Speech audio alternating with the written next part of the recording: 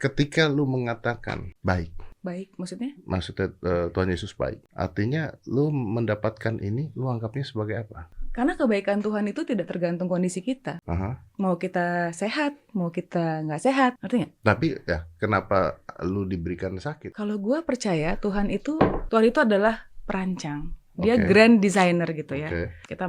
Mungkin kita mengalami juga berkat, tapi kita juga mengalami yang mungkin menurut dunia tidak berkat. Kalau gue tidak melihat itu sebagai sesuatu yang kayak yang perlu takutin, karena emang Tuhan itu memberikan pengalaman kepada kita lengkap gitu loh. Dan itu bukan, kita jangan fokus sama apa yang terjadi sama kita, tapi secara keseluruhan apa itu yang berakibat ke dalam hidup kita gitu. Tapi it's bullshit kalau lu nggak takut dong.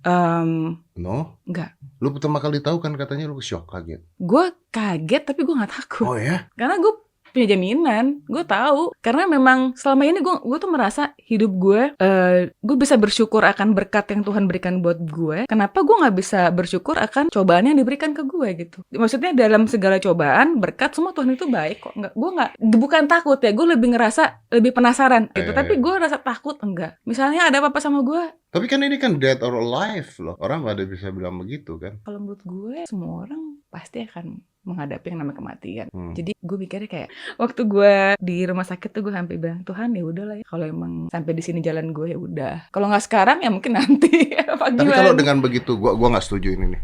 Gue gak setuju, karena kalau lu ngomong begitu artinya lu gak punya goals untuk tetap hidup. Bukan soal itu menyerah sama pasrah tuh beda, menyerahkan sama Tuhan tuh beda. Ya lu memegang hidup lu, karena gue merasa kalau kita memegang hidup terlalu keras gitu tuh capek. Tapi lu harus berusaha keras untuk sembuh dong. Enggak dong, yang come ada on. No. Yeah, you do that kemo sampai 6 kali dan sebagainya karena lu berusaha keras untuk sembuh kan. Ini ya cerita tentang monyet yang mau ngambil pisang tapi nggak bisa keluar karena dia stuck, ya kan? Dia nggak mau melepaskan itu. Karena dia lepas dia bisa keluar.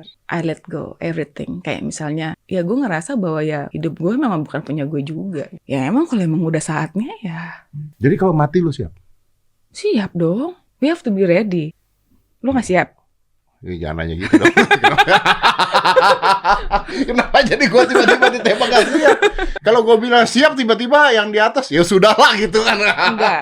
Tuhan pasti kan nggak kayak gitu dong. Nggak dengerin lu ngomong ya? Bukan. Tuhan pasti punya rencana buat Dedi, ada plan buat Feby, ada plan buat yang lain gitu. Mungkin dalam satu rencananya Tuhan ini di tengah-tengah lo bakal kena.